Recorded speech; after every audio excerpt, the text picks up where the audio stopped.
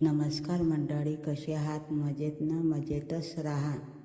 आज मी मुलांसाठी नानखटाई बनवणार, एकदम खुसखुशीत.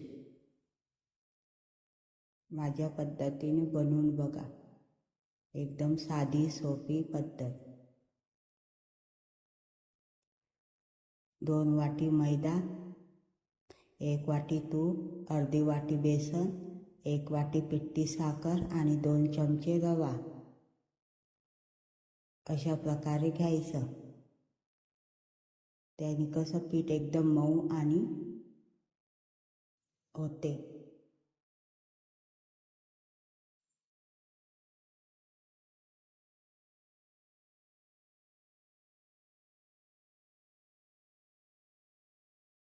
अगोदर 1 वाटी तूप टाकणार,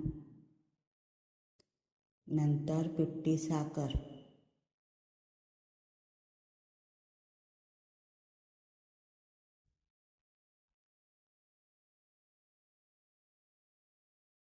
अगोदर आपण आता हाताने मिक्स करून घेऊयात. तोपर्यंत लोणी तयार होत नाही, तोपर्यंत मिक्स करत राहायचं, म्हणजे 10 मिनटं.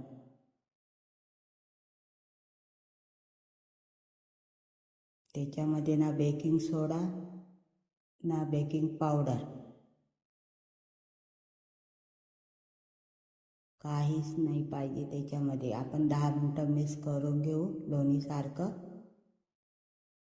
अशा प्रकारे करायचं. आता त्याच्यामध्ये मी अर्धी वाटी रवा टाकणार आहे, म्हणजे 2 चमचे, अर्धी वाटी बेसन आणि 2 वाटी मैदा.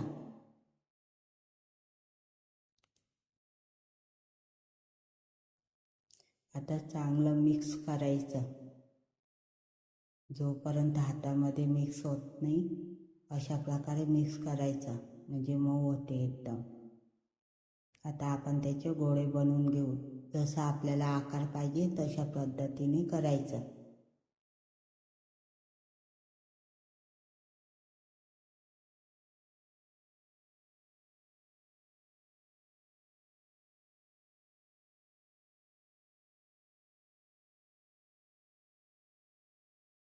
अशा प्रकारे मी नानखटाई बनवून घेतली. आता कढईमध्ये मी मीठ टाकून त्याला 10 मिनटं गरम होईपर्यंत कढई ठेवायची गॅसवर. नंतर एका प्लेटमध्ये मी बटर पेपर घेतला, त्याच्यावर आता आपण नानखटाई ठेवूया.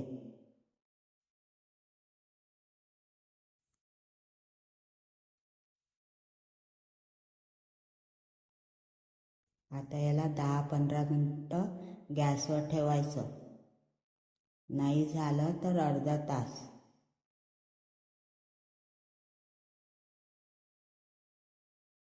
अशा प्रकारे नानखटाई तयार आहे.